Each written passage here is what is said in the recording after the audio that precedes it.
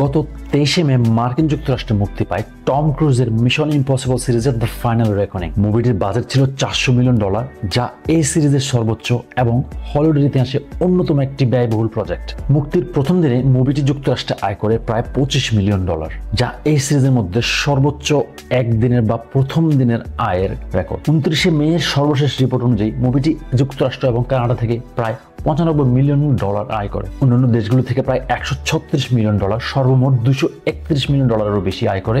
ভারতের সিনেমাটি মুক্তি পায় 17ই মে। প্রথম দুদিনে ইনকাম ছিল 34 কোটি রুপিরও বেশি, আর 10 দিনের সর্বমোট টোটাল প্রায় 70 কোটিরও বেশি। টম ক্রুজের নিজ হাতে করা স্টান্টগুলো অ্যাকশন মুভির এক নতুন মাইলফলক। যে মুভিতে বাজেট যত বেশি থাকে, লাভ করা ওই মুভি থেকে ততটুকু চ্যালেঞ্জিং হয়ে থাকে। কিন্তু পজিটিভ রিভিউর মাধ্যমে এই মুভি ব্যবসা সফলতার দিকে এগিয়ে যাচ্ছে। আইএমডিবিতে 7.5 রেটিং এবং রটেন টমেটোতে 80% স্কোর বলে দেয় মুভিটি দর্শকরা দারুণভাবে উপভোগ করছেন। টম ক্রুজের এই মুভিটি কি ইতিহাস গড়বে নাকি বিশাল বাজারের নিচে চাপা পড়বে, তা আসলে সময় বলে দেবে।